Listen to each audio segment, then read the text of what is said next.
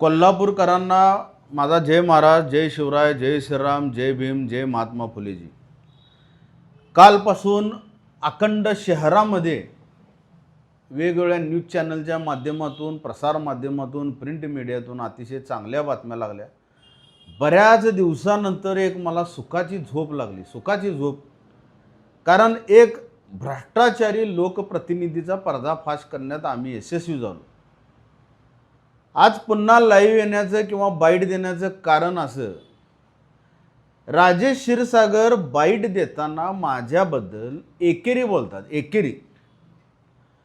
कोल्हापूरकरांनो, माझा एक तुम्हाला विनम्र प्रश्न, एकेरी माझ्याबद्दल बोलणं योग्य आहे का? ज्यावेळी राजेश क्षीरसागर कोणच नव्हते त्यावेळी मी सेकंड टाइम निवडून आलो होतो, मी उपमहापौर झालो होतो, मी स्थायी समिती सभापती झालो होतो। हे राजेश क्षीरसागर माझ्याकडे भीक मागत होते, महाडिक साहेबांच्याकडे चला आणि मला कॉप्ट नगरसेवक तरी करा म्हणून। हे कोण नव्हते। जसं जसं जसं वेळ जाईल तसं तसं यांच्या शरीरामध्ये गरमी आणि गुरमी आली। ठीक आहे, असो, हा विषय बाजूला ठेवू। माझा कोल्हापूरकरांना प्रश्न असा की हे एकेरी माझ्या प्रश्नाची उत्तर ही बाप लेख देत नाहीत, पण एकेरी बोलायला आता चालू केलं। त्यांच्या मुलानं अजूनही कसली मला नोटीस दिलेली नाही, मी नोटीसची वाट पाहतोय। अरे बाबांनो, तुमचे जे कोण सल्लागार आहेत त्या सल्लागाराकडून, त्या वकिलांकडून सल्ला घ्या। रवी इंगोलेंना धरा। क्षीरसागर तुमचा मुलगा कॅसिनोमध्ये जुगार खेळताना सापडला, मी ते प्रूव्ह करून दाखवलं। काही नाही, मला यांनी काही नोटीस दिलेलं नाही कोल्हापूरवासियांना। आता क्षीरसागर म्हणतात असं झालं 302। अहो क्षीरसागर, अजूनही तुम्हाला सांगतो, अजूनही सरकार तुमचं आहे, चौकशी लावा। ह्या भारत देशातील, महाराष्ट्र राज्यातील वेगवेगळे बाबा, म्हणजे ते खरात बाबा वगैरे कोण आणखीन कोण बाबा, यांचा पर्दाफाश पोलीस प्रशासनानं आणि अन्य लोकांनी, जनतेने केला। 10-20 वर्षापूर्वीची प्रकरणं उघडकीस आणतात पोलीस प्रशासन। काय अडचण आहे तुम्हाला? आणि तुम्हाला शेवटचं सांगतो, मला कोर्टानं निर्दोष सोडले, कोर्टानं। माझी प्रामाणिक एक इच्छा आहे, अगदी प्रामाणिक सांगतो। कोराणे परिवार आणि चव्हाण परिवार, मी अगदी प्रामाणिक स्वीकारणारा माणूस आहे। कैलासवासी रामबोदादा चव्हाण आणि कैलासवासी कोराणे साहेब ह्या दोघांनी मला निर्दोष सोडण्यासाठी प्रचंड प्रयत्न केले। सम्राट भाऊ, सागर भाऊ या दोघांना देखील हे माहिती आहे। रवीच्या विरोधात साक्ष द्यायचे नाही, त्यानं काही केलेलं नाही। मी क्षीरसागर कोर्टातून निर्दोष सुटलो, कोर्टातून। आणि तुम्ही जे एकेरी उल्लेख करता ते एकेरी उल्लेख मी 2 मिनिटात करेन। तुझं फक्त पोलीस प्रोटेक्शन बाजूला कर आणि माझ्या समोर तुझी गाडी आण, तुला सांगतो मी कोण आहे ते। पण एक सांगतो, मी बोलून घेतलं, माझं जरा मन शांत केलं, आत्मा शांत केला माझा, जरा आता बरं वाटलं मला। पण एक, सम्राट भाऊ, सागर भाऊ, माझी एक विनंती, वेताळमाळ तालीम परिसरातील सर्व माता बंधू भगिनींना, अहो सम्राट भाऊ, खऱ्या मर्डरवाल्याला घालेव आहात, आपण एकत्र होऊया। ज्यानं मर्डर केला आणि त्या मर्डरवाल्याला जो राजेश क्षीरसागर घेऊन फिरतो, खाले यांना खून करणाऱ्यांच्या पाठीशी हा घालतो, आणि गोरगरीब मेल्यानंतर कसली दयामाया नाही या व्यक्तीला। काय करायचं आहे क्षीरसागरांचं? क्षीरसागर अनेकदा रिपीट करतो, सरकार तुमचं आहे। पोलीस प्रशासनाला ह्या चौकशीमध्ये सर्वानुमते मी मदत करण्यास तयार आहे। ज्या ज्या लोकांची मी नावे सांगतो सम्राट भावांनी, मी त्यांना नार्को टेस्ट करायची, CID चौकशी लावायची नाही, CBI चौकशी लावायची।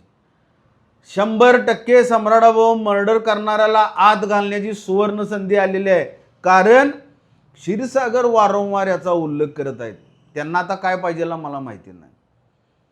मुद्दा नंबर 2, क्षीरसागर, मी तुमच्यावर खुलेआम मी तुमच्यावर आरोप केलेला आहे की हे स्टिंग ऑपरेशन करताना यामध्ये तुम्ही जे पैसे घेतले ते समोरचे मान्य करतात, तुमचे आरोप करतात, त्या आरोपाचं खंडन करा. ते फालतू काय मला शिकवू नका. ते असं ते नाक फुगवायची ही भाषा जुनी आहे. ज्यावेळी तुम्ही कोण नव्हता त्यावेळी चव्हाण परिवारामध्ये तुम्ही भीक मागून शहरप्रमुख झाला शिवसेनेचे. त्या शिवसेनेला तुम्ही डिच्चू दिला. माझ्या आयुष्यात शिवसैनिकांनो, मी आजही शिवसेनेच्या नावावर काहीही केलेलं नाही. मी शिवसेनेच्या नावावर अजून नगरसेवक पण झालो नाही. मी आमदार झालो नाही, मी खासदार झालो नाही, मी नगरसेवकही पक्षाच्या नावावर झालो नाही. मी पक्षाचा कोणताही लाभ घेतला नाही, तरी मी प्रामाणिक आहे. मला काही अडचण नाही फुटायला, पण मी प्रामाणिक आहे. आणि ह्या व्यक्तीला पोटशुल्क आहे की एक रवी इंगोले सामान्य परिवारातला या क्षीरसागरनं ऐकना झाला. कोल्हापूरकरांनो, माझी आणखीन एकदा विनम्र विनंती आपणास, ह्या क्षीरसागर पिता पुत्रांना मी रेड हँड पकडून दिलेला आहे. त्यांनी माझ्या प्रश्नांची उत्तरं देतच नाहीत. ती कोण कॉन्ट्रॅक्टर आहेत ती सांगत नाहीत. घेतलंय का नाही, होय म्हण, नाही म्हण, काय तर म्हण. अरे म्हण काय तर, लाज वाटायला पाहिजे. मी अनेकदा लाईव्ह बोला, लाज वाटायला पाहिजे. क्षीरसागर तुम्हाला लाज. कोल्हापूर शहराचं नाव आमचं बदनाम केलं. महाराष्ट्र राज्यभर तुमची क्लिप फिरायला लागलेली आहे की हा माणूस खरोखर लाचखोर आहे, हा माणूस खरोखर असला आहे. पुनश्च एकदा सांगतो, तुमच्या मुलाचा तुमचा व्हिडिओ हा पार्ट 1. पार्ट नंबर 2, रवी इंगोलेच्या बाबतीत चुकीचं वक्तव्य करायचं नाही. हा कोणाचं खाऊन बिंद नाही, ना तुमचं ना अन्य कोणाचं. खाऊन मोठा झालेला नाही. माझं वडिलोपार्जित चांगलं आहे. माझं कुठेही 2 नंबर धंदा नाहीत. मी कुठल्याही वाईट भानगडीत नसतो. मला फुकटचं कोणाचंही पैसे नको. आणि माझ्या जीवावर जर वाईट प्रकार कोण करत असेल त्यांनाही मी सोडत नाही. जी माझ्यातून फुटलेली लोक आहेत ना, ती कधी फुटू शकतात, परत कधी फुटू शकतात. पण त्यामध्ये एक रवी चौगले नावाचा माझा मित्र, मला अभिमान वाटते बाईटमध्ये त्याचं नाव घ्यायला. ज्यावेळी एखादा सहकारी फुटतो स्वार्थासाठी, त्याच वेळी या रवी चौगलेने एक शब्द वापरला, इंगोले साहेबाच्या विरोधकांच्याकडे माझ्या आयुष्यात मी कधी जाणार नाही. मला कोणाचंही कसले पैसे नको. मी भांडी घासायला माझ्या बायकोला पाठवीन. मी स्वतः कुठेतरी 20,000 15,000च्या पगारावर नोकरी करीन. पण मी इंगोले साहेबाच्या विरोधात कधीही जाणार नाही. त्यांच्या विरोधकांना भेटणार पण नाही. अशी खानदानी, प्रामाणिक, कष्टाळू, जिद्दी, ताकदवान असा माझा मित्र परिवार आहे. तुमच्यासारखं मी कोणाला पैसे देऊन पोसत नाही. मी कोणाला जर आर्थिक मदत करेन त्याला उभा करण्यासाठी, त्याचं आयुष्य चांगलं करण्यासाठी. स्वार्थासाठी मी कधी काही करत नाही. क्षीरसागर, माझी तुम्हा पिता पुत्रांना पुन्हा एकदा विनंती आहे, हे तुमचं कृत्य, तुमच्या मुलाचं कृत्य हे मी उघडकीस आणण्यास सक्सेस झालेलो आहे. आज कोल्हापूर शहर अक्षरशः शांत झालं की टक्केवारी टक्केवारी टक्केवारी म्हणणारे राजे क्षीरसागर खरोखर सापडले की हो. तुमच्याकडून बोध घेण्यासारखं काही शिल्लक नाही. आणि आणखीन एकदा रिपीट, सरकार तुमचा आहे. कधी 2008च्या खून प्रकरणाची चौकशी लावायची. रवी इंगोले कधी तुमच्या समोर दारात येऊन उभारणार? कसली चौकशी लावायची? सम्राट भाऊ, रवी इंगोले, सागर भाऊ, अन्य कोण कोण असतील सगळी लिस्ट काढा. आम्ही सर्वजण तुमच्या दारात येणार. दूध का दूध, पाणी का पाणी करू. सम्राट भाऊ, तुम्हाला अनेकदा विनंती, खऱ्या गुन्हेगाराला, खऱ्या खून करणाऱ्याला आपण आत घालूया आणि आपलं शिवाजी पेठ आणि आपला कोल्हापूर शहर, आपला जिल्हा शांत करूया.